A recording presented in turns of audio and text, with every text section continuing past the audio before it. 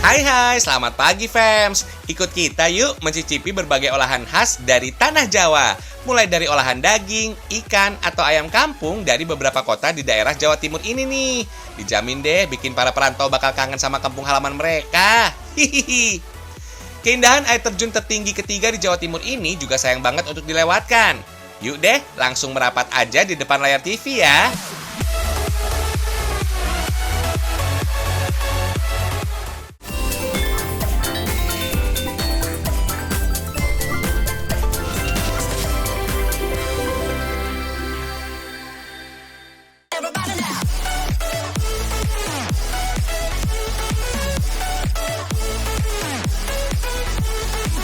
Tahu takwa memang jadi oleh-oleh khas saat kalian berkunjung ke Kediri.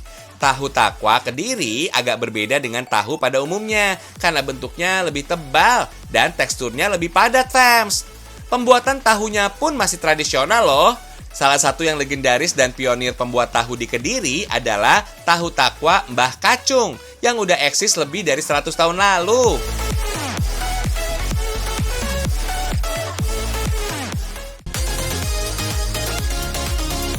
Selain tahu takwa, kalian juga bisa membawa oleh-oleh kain tenun ikat loh. Ayo, pada tahu nggak kalau ada kampung tenun Kediri yang berlokasi di Bandar Kidul, Kota Kediri? Konon, pengrajin kain tenun ikat di sini sudah ada sejak tahun 50-an, fams. Nih, lihat deh hasil jadi kain tenun yang dibuat di sini. Cantik-cantik banget kan? Dengan berbagai motif dan aneka warna, kain tenun ikat ini memang wajib deh jadi buat tangan.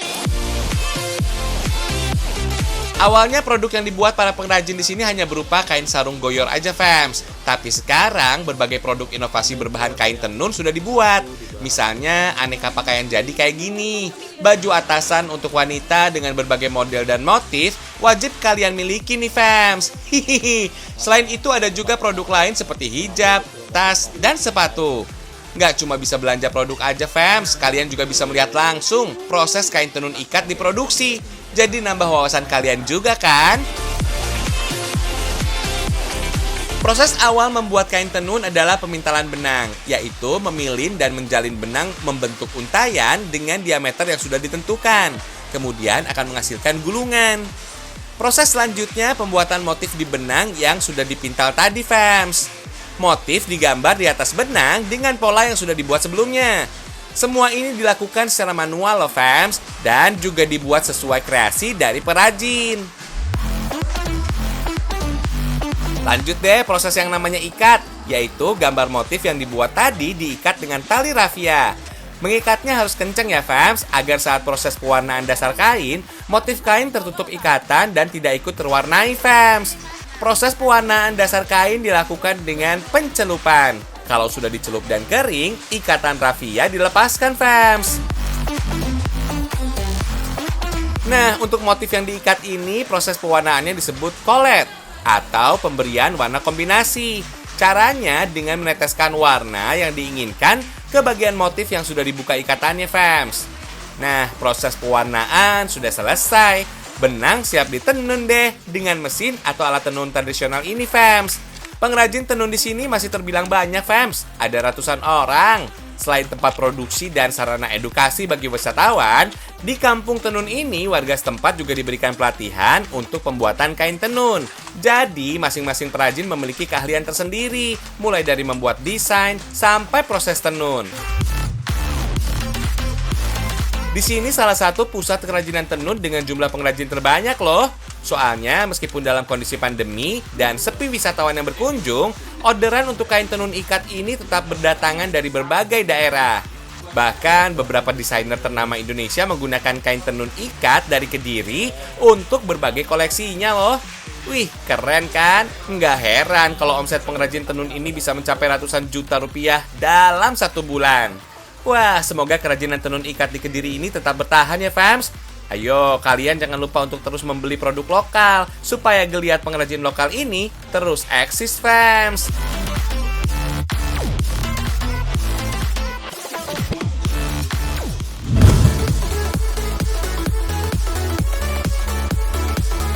Fams, sudah ada rencana buat makan siang hari ini? Gimana kalau kita buat olahan daging? Kalau orang Sumatera punya rendang daging, orang Jawa punya krengsengan nih fams. Olahan daging berbumbu rempah dengan cita rasa khas yang manis dari kecap, dijamin sedap. Maklum deh, lidah orang Jawa memang lebih mantap sama rasa manis. Beda sama orang Minang yang lebih suka rasa gurih dan asin. Wah, dari kuliner aja Nusantara kita sudah beragam banget ya. Balik lagi sama krengsengan nih fams. Sekarang kita mau kasih lihat proses buatnya. Siapa tahu ya orang Sumatera mau coba makanannya orang Jawa nih. Untuk bumbunya sudah pasti ada 2 bawang yang jadi andalan hampir di setiap masakan Nusantara. Ada juga kemiri, merica, dan jahe. Karena ciri khas rasanya manis dan gurih, selain kecap manis kita juga gunakan gula merah ya fams. Untuk daging sapinya bagian apa aja bebas kok. Konon sih awalnya olahan krengsengan menggunakan potongan daging kambing fams. Kita rebus dulu daging sapinya sampai agak empuk ya.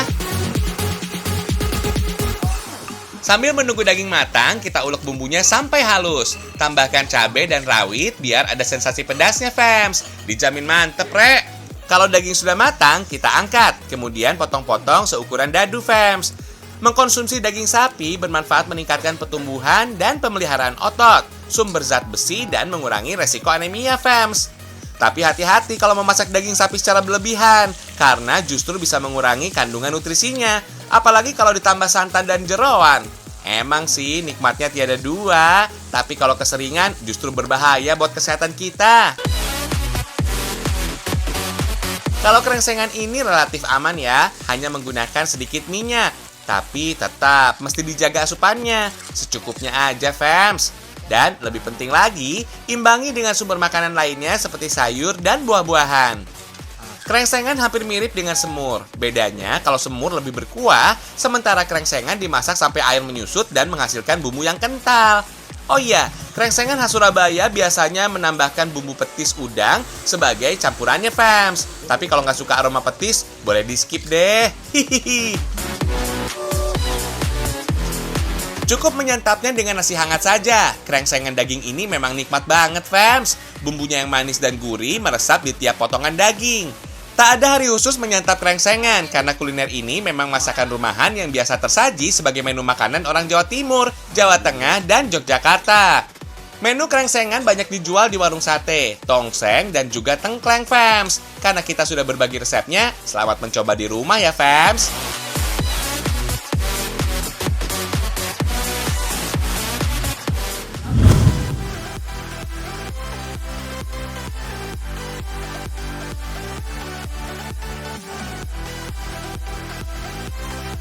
Mumpung lagi di Tulungagung, gak lengkap rasanya kalau belum mencicipi salah satu kuliner khasnya, yaitu nasi lodo.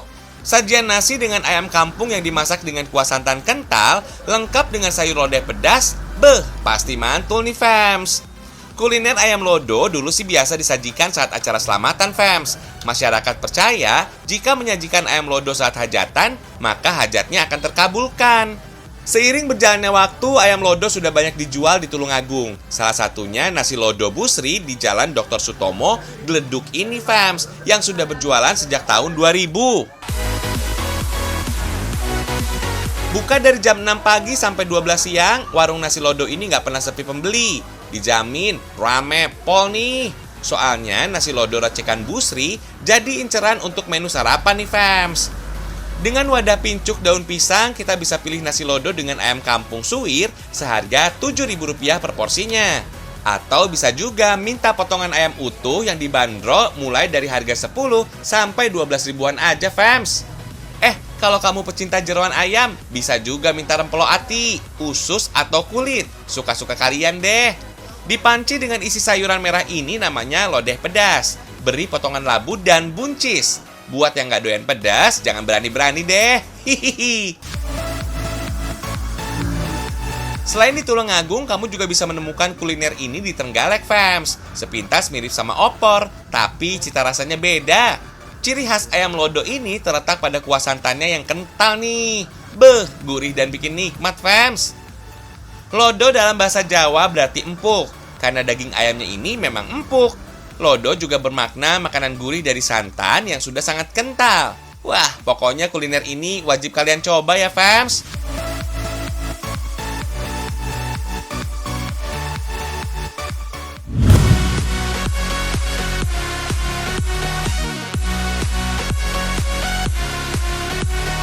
Selain nasi ayam lodo, sompil juga jadi makanan khas dan favorit untuk sarapan warga Tulungagung nih fams.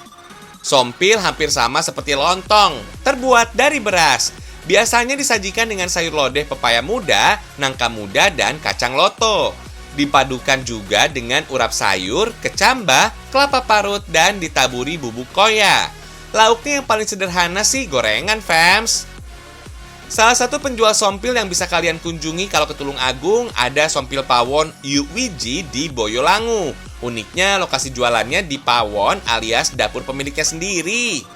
Begitu datang ada petunjuk arahnya kok fams, jadi dijamin gak nyasar. Yuwiji sendiri yang akan melayani para pembeli baik yang dibungkus atau makan di tempat. Satu porsi sompil seharga Rp5.000 ini berisi potongan sompil atau bisa juga diganti dengan nasi. Kemudian sayur dan ditaburi dengan bubuk koya. Bisa dibilang ini lontong sayurnya orang Tulungagung kali ya. Hihihi. Konon kuliner ini dulunya adalah menu makanan yang dibuat untuk bekal petani ke sawah fams. Dan sudah ada sejak puluhan bahkan ratusan tahun lamanya. Makanan tradisional memang selalu jawara rasanya. Sompilnya sendiri memiliki tekstur yang lembut. Dipadukan dengan gurih dan agak pedas dari sayur lodehnya, memang mantap fams. Buat kita sih ini cocok buat jadi menu sarapan, tapi di Tulungagung sendiri kuliner ini tak berbatas waktu. Bisa dimakan pagi, siang, ataupun malam.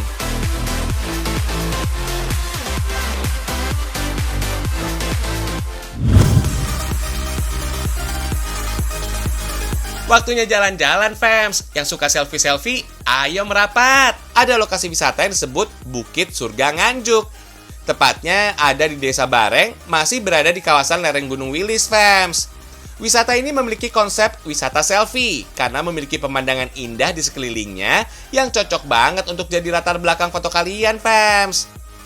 Menempati lahan seluas 0,5 hektar, area bukit dibuat menyerupai taman dengan berbagai bunga warna-warni ini. Menawarkan keindahan panorama yang nggak bisa diabaikan oleh mata kita, fams. Ada beberapa fasilitas sekaligus wahana yang bisa kalian coba untuk menikmati pemandangan indah di sini. Ada menara bambu setinggi kurang lebih 4 meter yang bisa kalian naiki. Dari sini kita bisa melihat keindahan hutan hijau, pesawahan, permukiman penduduk, dan kota Nganjuk dari atas bukit. Atau kalau mau lebih menantang, kalian bisa naik wahana sepeda gantung ini nih fams. Hihihi, tenang, sebelum naik kalian akan dibekali dengan alat keamanan kok. Dengan latar kawasan hutan hijau, berfoto di wahana ini juga nggak kalah keren tuh. Aman kok. Hihihi. Tapi kalau nyali kalian kurang besar, cukup sekedar duduk, minum kopi sambil menikmati indahnya pemandangan dari gazebo kayak gini juga nggak kalah asyik. Wih, bikin betah deh. Beberapa gazebo bambu memang disediakan di sini untuk sekedar duduk menikmati pemandangan atau istirahat setelah berkeliling di area bukit. Wah, pokoknya kalau lagi berkunjung ke Nganjuk, kalian harus mampir ke sini deh. Banyak spot menarik di wilayah lereng pegunungan Wilis ini. Kalau mau menginap juga banyak tersedia homestay di sini, fams.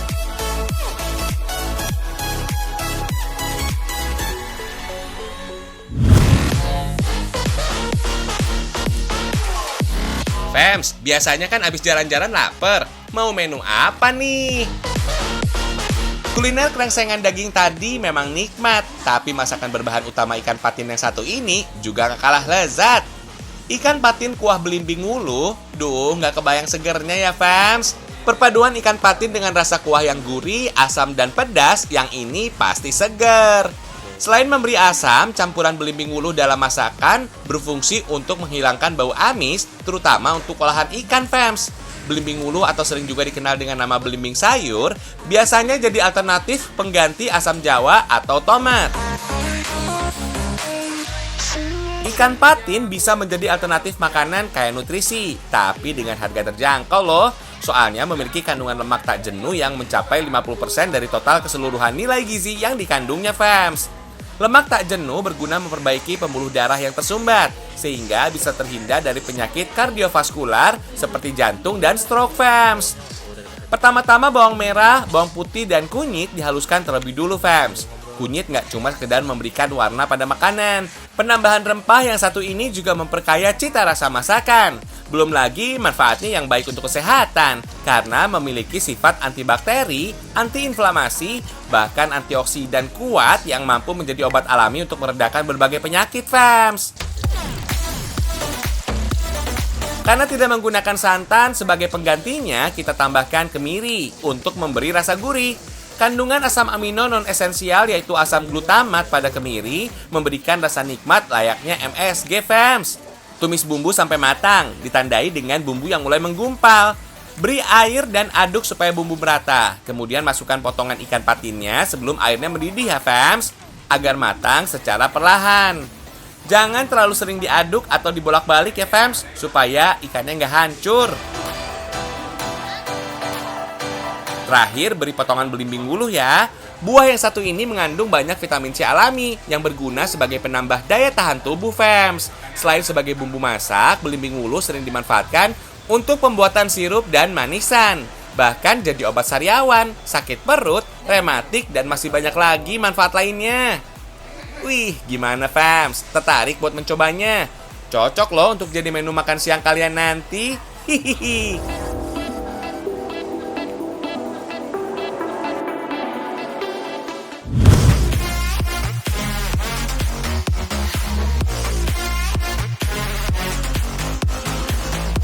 Olahan ikan berikutnya wajib kamu coba nih, fams, kalau mampir ke Karangrejo, Kabupaten Tulungagung. Ada botok sabar menanti namanya. Olahan ikan patin goreng yang diberi kuah santan, kemudian dibungkus daun dan dikukus, fams. Kuliner ini sudah eksis dari tahun 1981 dan gak pernah sepi pembeli. Soalnya semua disajikan dan dimasak dadakan, alias fresh. Rasanya juga otentik banget deh. Botok awalnya dikenal sebagai makanan khas Jawa yang terbuat dari ampas atau bungkil kelapa parut yang sudah diambil santannya. Tapi penamaan botok juga merujuk pada lauk sederhana yang dimasak dengan cara dikukus seperti pepes, fams.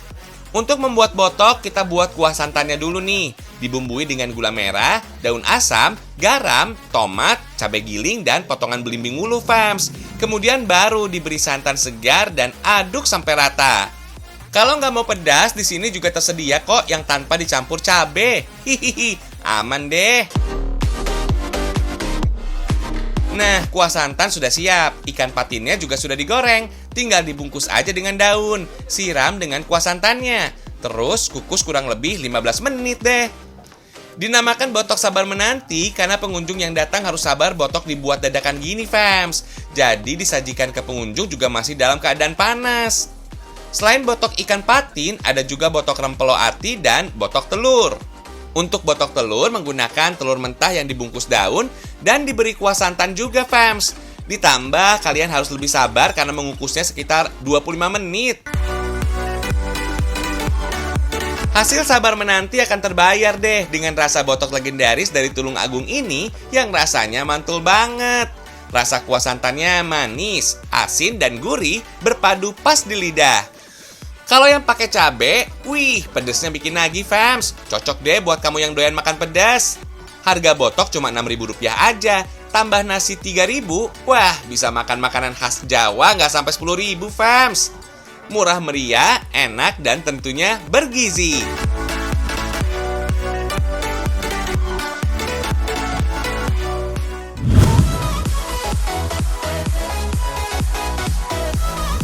Udah puas dong ya kulinerannya? Sekarang saatnya kita ajak kalian jalan-jalan menikmati segarnya air terjun Sedudo di Kabupaten Nganjuk. Udaranya yang sejuk benar-benar cocok untuk melepas penat nih, fams. Objek wisata yang berada di Desa Ngeliman, Kecamatan Sawahan, terletak di ketinggian 1438 meter di atas permukaan laut, tepatnya di lereng Gunung Wilis. Makanya hawanya sejuk banget nih, fams. Ketinggian air terjun ini sekitar 105 meter dan menjadi air terjun tertinggi ketiga di Jawa Timur loh. Jalan menuju lokasi air terjun juga mudah dijangkau, fams. Kondisi jalan, anak tangga untuk menuju air terjun sudah tertata rapi dan bagus, sehingga membuat pengunjung terasa nyaman. Fasilitas penunjang seperti toilet dan musola juga lengkap, fams. Selain keindahan dan pemandangan perbukitan yang hijau di sekitarnya, banyak yang datang ke sini karena mitos yang menyebut air terjun Sedudo memiliki kesucian karena berkaitan dengan kerajaan Majapahit. Gak heran kalau sejak dulu kawasan air terjun Sedudo digunakan sebagai tempat penyucian senjata maupun arca. Kalau bukan karena pandemi, setiap tanggal 1 Syuro biasanya diadakan acara siraman Sedudo, fams. Acara adat ini bisa menyedot ribuan wisatawan loh. Bahkan ada mitos yang menyebutkan kalau air terjun Sedudo ini airnya bisa menjauhkan kita dari penyakit dan bikin awet muda. Hihihi. Tapi namanya mitos, kebenarannya masih belum bisa dipastikan ya, fams.